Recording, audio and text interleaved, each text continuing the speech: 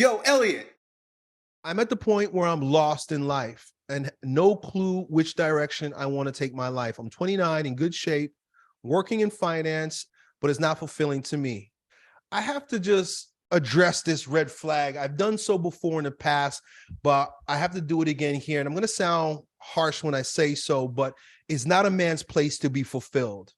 Think about that word fulfill, to be filled fully. Only a woman ever gets fully filled. Think about when you blow your load in your wife and she grows a baby on the inside, you're fulfilling her. A woman receives, a woman is filled up that way. A man does the filling. Just think about, I know I sound harsh or how you would say gross or when I use these sexual terms, but just think about the penis. What does the penis do? Because it will tell you the nature of a man. If you want to know the nature of a man or a woman, look at the genitals. It tells you a whole lot about what's going on. A penis raises up in energy and might, and it seeks a place to give itself. And you know what they call a man's ejaculation? Hang out. His essence. Your job as a man is not to be fulfilled. Your job as a man is to spread your essence. So I attack that red flag because if you have that sense, it's an effeminate sense that comes from your mommy brain. And you know you still have mommy brain because you're still seeking mommy attention. And that's what all these women are. And I'm not saying that to knock you. This is all of us. I caught myself. It took me about 27 years. Around the age of 27, I recognized this stuff. Right? It took me that long. You're 29. I mean, you're right on track. You don't need Sigmund Freud's analysis of your childhood to figure this stuff out because this is archetypal. Because our ancestors understood this natural inclination towards effeminacy, which is evident even in the garden with Adam. When Adam didn't fulfill his obligation, that's what a man does. He fulfills. When he didn't fulfill his obligation of protecting his wife, the fathers of the church say it's because he didn't want to be separated from her. Just think about that, right? His wife comes and is like, hey, Adam, I'm going to have a good old time taking part of this forbidden stuff. And Adam is just like, oh, baby, you look so good right now. Let's do it, right? He didn't want to be separated from his wife.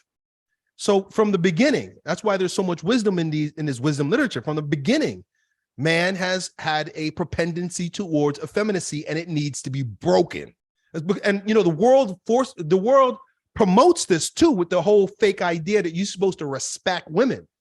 I've said this before, but respect doesn't go down. Respect goes up, and the man is the head of the woman. Respect goes this way. Women respect men. Men love your woman. It's biblical too.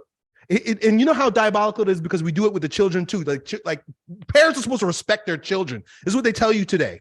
You don't respect your children. You love your children. Your children respect you. But what you have today is children don't respect their parents, but the parents are supposed to respect the children. And it's the same thing with women. You don't want their approval. You want their respect. You don't gain their respect by seeking their approval. Let me throw this at you here too. It might sound a little rough. You're 29. You're in good shape. You're working. You understand finance. Your life is great. That's the first thing that I want you to acknowledge. Affirm this. We're talking about affirmations before. Affirm this because it's true. I have an amazing life and I'm eternally grateful for all the graces and blessings that God has poured into my life right now. You could be banged up, effed up, out of shape, sick, fat, dumb, and depressed. You could be, but you're not. You're gifted. You got a gift and the opportunity to exercise that gift in order to do what? Fulfill your obligations as a man by working. Your life is great. Stop being a bitch. It's not fulfilling.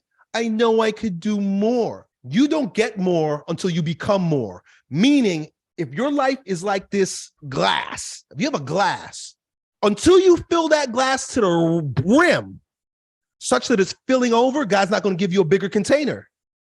If you aren't the best you of what you got, where you are right now in life, then you will never get a bigger container. You got to fill this container up and then be grateful for its fullness in order to have another bigger container. Like you, I had this idea that I could have more. Let me tell you when God gave me more. It's the weirdest thing. The weirdest thing. First of all, I stopped wanting more. I became grateful for what I have.